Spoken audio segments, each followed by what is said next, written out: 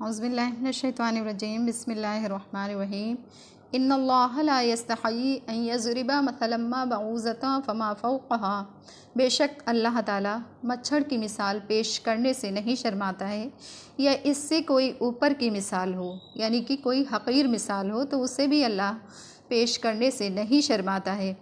فَأَمَّا الَّذِينَ آمَنُوا فَيَعْلَمُونَ أَنَّهُ الْحَقُّ مِنْ رَبِّهِمْ، بس رہے وہ لوگ جو ایمان لائے، وہ جانتے ہیں کہ حق ان کے رب کی طرف سے ہے۔ وَأَمَّا الَّذِينَ كَفَرُوا فَيَقُولُونَ مَاذَا أَرَادَ اللَّهُ بِهَذَا مَثَلًا، اور جو کافرین ہیں تو وہ کہتے ہیں کہ اس مثال کو پیش کرنے سے اللہ کا کیا ارادہ ہے۔ يُضِلُّ بِهِ كَثِيرًا وَيَهْدِي بِهِ كَثِيرًا، اور اس کے ذریعے سے اللہ تعالیٰ بہتوں کو گمراہ کر دیتا ہے، اور بہت سے لوگوں کو اللہ تعالیٰ اس کے ذریعے سے ہدایت دے دیتا ہے۔ وَمَا يُضِلُّ بِهِ إِلَّا الْفَاسِقِينَ، اور اس سے گمراہ صرف فاسقین لوگ ہی ہوتے ہیں۔ قرآن کے منکروں کا ایک شبہ ذکر کیا گیا ہے۔ قرآن کے منکرین کو ایک شک تھا کہ ایسی مثال پیش کر کے اللہ کیا ثابت کرنا چاہتا ہے، تو اسی کا جواب دیا گیا ہے۔ ان کا یہ شبہ تھا کہ قرآن میں مکھی اور مچھر جیسے حقیر جانوروں کا کیا ذکر آیا ہے، اور یہ اللہ کی اور اس کے کلام کی عظمت کے خلاف ہے۔ اور اگر یہ اللہ کا کلام ہوتا تو اس میں ایسی چھوٹی اور گھناؤنی چیز کا ذکر نہ ہوتا، کیونکہ بڑے لوگ ایسی چیزوں کا ذکر کرنے سے شرم محسوس کرتے ہیں۔ جواب یہ دیا گیا کہ جب کسی حقیر اور ذلیل چیز کی مثال دینی ہو تو ایسی ہی چیزوں کا ذکر کر کے دیتے ہیں، اور ایمان والوں کو نہیں ہوتے ہیں، انہی لوگوں کو ہوتے ہیں جو کفر کی وجہ سے سمجھنے بوجھنے کی صلاحیت کھو بیٹھے ہیں۔ اس کے بعد ایک اور حکمت بتا دی کہ ایسی مثالوں سے لوگوں کا امتحان ہوتا ہے۔ غور فکر کرنے والوں کے لیے یہ مثالیں ہدایت کا سامان ہیں، اور بے کرنے والوں کے لیے اور بے پرواہی کرنے والوں کے لیے، اللہ کا انکار کرنے والوں کے لیے اور زیادہ گمراہی کا سبب بنتی ہیں، اور وہ اللہ کے عہد کو توڑتے ہیں۔ بعوضۃ فما فوقها، اس لفظ کے معنی یہ ہیں کہ مچھر ہو یا اس سے زیادہ کوئی اور حقیر چیز ہو، اللہ تعالیٰ ایسی چیزوں کی مثال پیش کرنے سے نہیں شرماتے ہیں۔ يُضِلُّ بِهِ كَثِيرًا وَيَهْدِي بِهِ كَثِيرًا، اور اس کے ذریعے سے، ایسی مثالوں کے ذریعے سے بہت سے لوگوں کو اللہ تعالیٰ ہدایت دے دیتا ہے، اور بہت سے لوگوں کو اللہ گمراہ کرتا ہے۔ وَمَا يُضِلُّ بِهِ إِلَّا الْفَاسِقِينَ، آگے کہا گیا کہ اس سے صرف فاسقین لوگ ہی گمراہ ہوتے ہیں۔ فاسقین اللہ کی اطاعت سے نکل جانے والے لوگوں کو کہتے ہیں۔ اللہ کی اطاعت سے نکل جانا کفر اور انکار کے ذریعے بھی ہوتا ہے، اور نافرمانی کے ذریعے بھی۔ اس لیے فاسق کافر کے لیے بولا جاتا ہے، مومن گنہگار کو بھی فاسق کہا جاتا ہے۔ مومن گنہگار کو بھی فاسق کہا جاتا ہے۔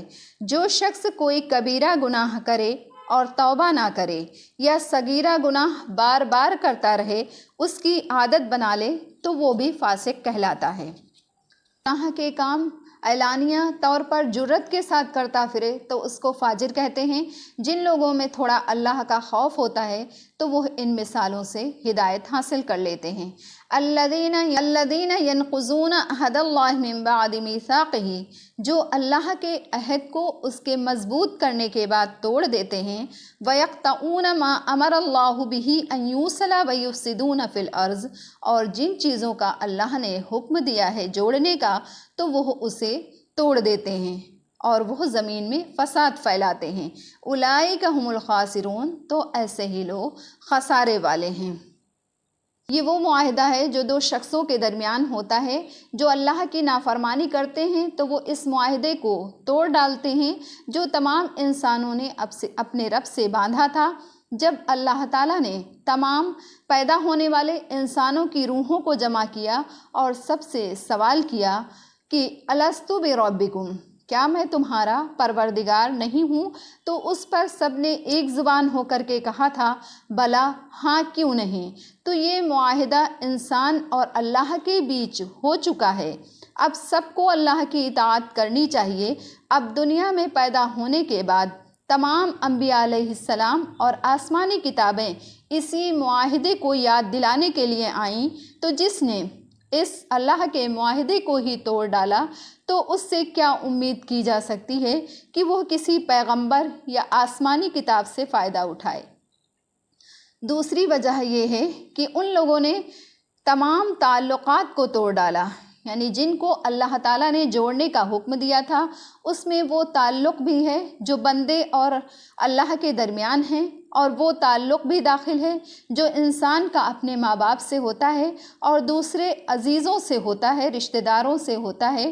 وہ تعلق بھی ہے جو ایک انسان کو اپنے پڑوسیوں سے ہوتا ہے۔ ان تمام تعلقات کے پورے حقوق ادا کرنے کا نام ہی اسلام ہے، اور انہی میں سے کوتاہی کرنے سے زمین میں فساد ہوتا ہے، اور آخر میں ان کے انجام کا ذکر بھی کیا کہ یہ لوگ بڑے خسارے میں۔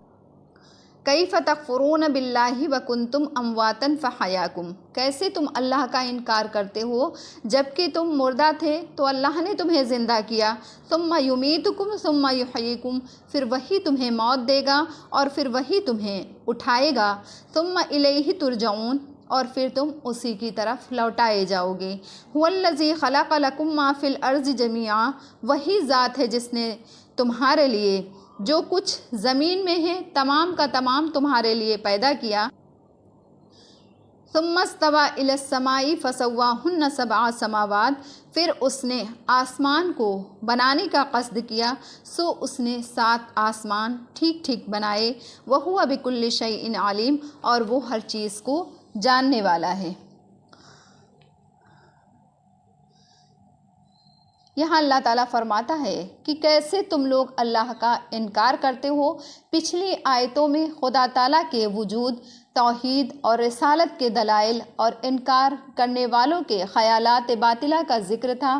اس کے بعد 2 آیتوں میں اللہ کے احسانات اور انعامات کا ذکر کر کے اس پر تعجب کیا گیا ہے کہ اتنے احسان کے ہونے کے باوجود یہاں اللہ فرماتا ہے کہ کیسے تم لوگ اللہ کا انکار کرتے ہو۔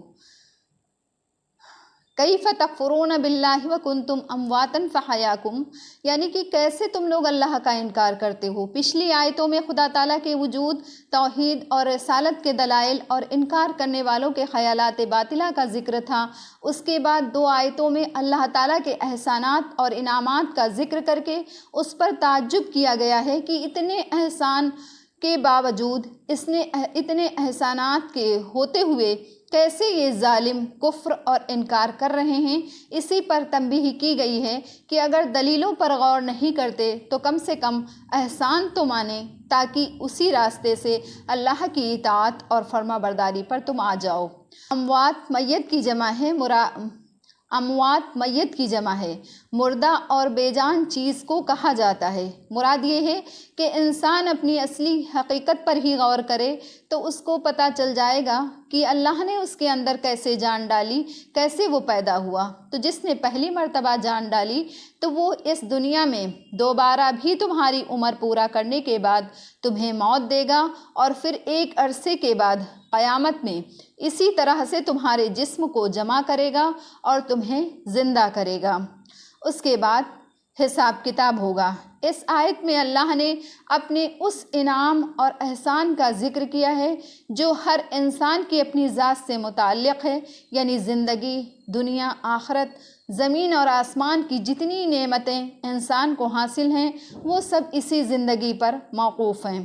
زندگی نہ ہو، اس آیت میں موت کو بھی نعمت کہا گیا ہے کیونکہ اس کے بعد ہمیشہ کی زندگی اس کو ملنے والی ہے، اس کے بعد کوئی موت نہیں ہے۔ اس لحاظ سے موت بھی ایک نعمت ہوئی۔ اب انسان کے جیسے اعمال ہوں گے اسی اعتبار سے اسے وہاں پر آرام ملے گا۔ صدق اللہ العلی العظیم۔